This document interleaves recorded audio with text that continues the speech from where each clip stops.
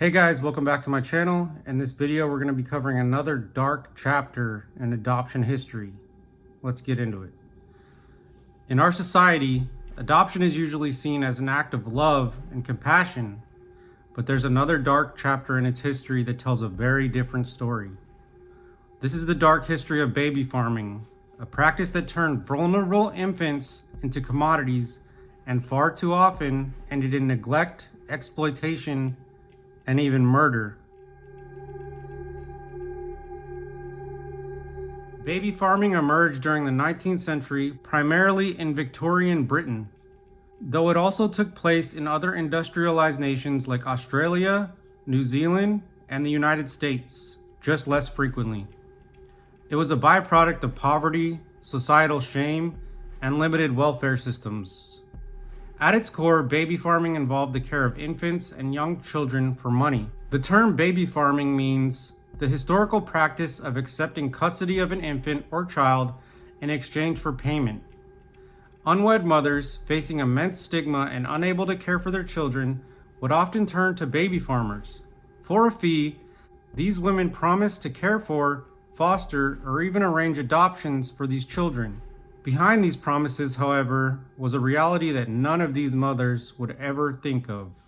During the Victorian era, being an unwed mother was one of the greatest social taboos. Women who became pregnant outside of marriage were often ostracized, disowned by their families, and left with very few options. They were forced to seek alternatives, and baby farmers presented what seemed like a perfect solution. Baby farmers operated in various ways. Some would take a one-time payment from desperate mothers to care for their infants long-term. Others ran boarding houses for children, charging weekly fees. For many baby farmers, however, this was nothing more than a lucrative business, and the lives of the children they cared for were of little concern. Those who could not pay ongoing fees often had their children neglected, malnourished, or abandoned. Tragically, many baby farmers never intended to care for the children at all.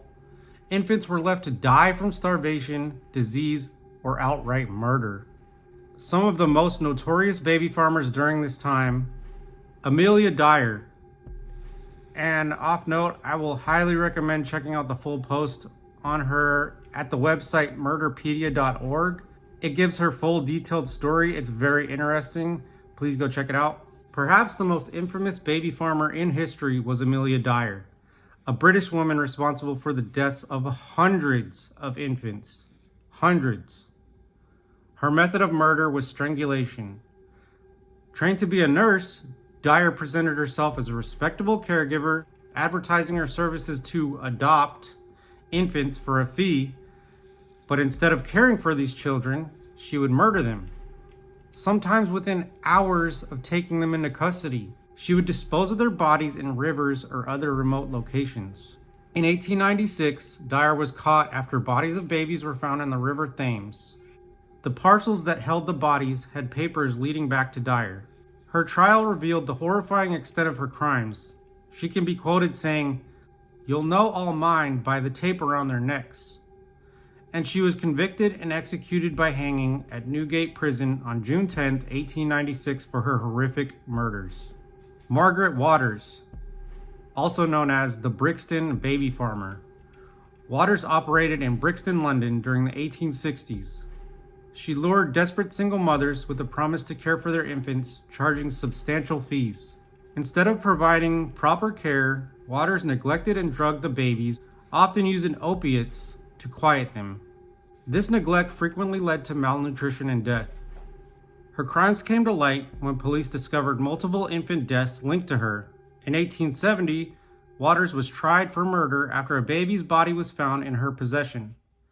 She was convicted of murdering a baby named John Walter Cohen and hanged at Horsemonger Lane, Gaol in London, becoming one of the most infamous examples of Victorian society's dark underbelly and its failure to support vulnerable women and children. Sarah and John Mackin. In Australia, Sarah and John Mackin were notorious for running a baby farming operation that ended in tragedy. They responded to a series of advertisements from unmarried mothers seeking care for their babies and considering adoption. When authorities investigated them, they discovered the remains of over a dozen infants buried in the backyard of their home. Both were tried and found guilty of murdering baby Horace Murray in March 1893 and sentenced to death. John was hanged on August 15, 1893, but Sarah's sentence was commuted to life in prison. On April 29, 1911, she was paroled from the State Reformatory for Women at Long Bay. She served only 18 and a half years in prison for her crimes. Amelia Sack and Annie Walters. They exploited vulnerable, unmarried women who sought to give up their newborns discreetly. Sack ran a maternity home in Finchley, London, where pregnant women could give birth and arrange for their babies to be adopted. However, rather than arranging legitimate adoptions, Sack partnered with Walters to poison the infants shortly after receiving them. They used drugs like chlorodyne, a toxic mixture of opiates and chloroform, to kill the babies.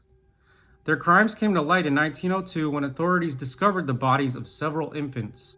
Both women were arrested, tried, and convicted of murder. They were executed together by hanging at Holloway Prison in 1903, becoming the first women to be hanged at the prison. Their case shocked Victorian society and highlighted the dark practices of baby farming during that era. The rise of baby farming was fueled by several factors: stigma against unwed mothers, women face societal condemnation and lack support system to raise children born out of wedlock, lack of welfare systems. With no safety nets like modern foster care or government assistance, desperate families had very few options. Economic exploitation. Baby farming became a profitable enterprise for unscrupulous individuals who preyed on vulnerable women and children. The atrocities of baby farming eventually sparked widespread public outrage. Cases like Amelia Dyer's and Margaret Waters' horrified the Victorian public and led to calls for reform. By the late 19th and early 20th centuries, governments began enacting laws to regulate childcare and protect children. In Britain, the Infant Life Protection Act of 1872 required the registration and monitoring of anyone taking in infants for payment. Later amendments strengthened these protections, setting a foundation for modern child welfare systems. Baby farming declined in the early 20th century due to legal reforms. Stricter regulations made it harder for individuals to exploit the system. Social changes, changing attitudes toward unwed mothers, reduced the stigma around single parenthood. The rise of modern adoption systems. Adoption laws became more formalized, emphasizing the welfare of the child and transparency in placements. We still have a long way to go. While baby farming is a horrifying reminder of the past, its legacy remains a cautionary warning about the exploitation of vulnerable populations. Having no such thing as informed consent, no laws on adoption protecting the mothers and infants, and coercion of vulnerable single mothers in need of help. It reminds us of the importance of truth and transparency in adoption practices, informed consent, and the need for strong systems to protect children and families, and to keep our priorities in order, to never put profits over the needs of mothers in crisis and infants that need safe caregivers. As we look back on the history of adoption and baby farming, we must remain vigilant to ensure that the mistakes of the past are never repeated. Sources and further reading will be in the description box below. I really hope this video was eye-opening into the realities of the adoption industry. Please stay safe, and I will see you in the next video.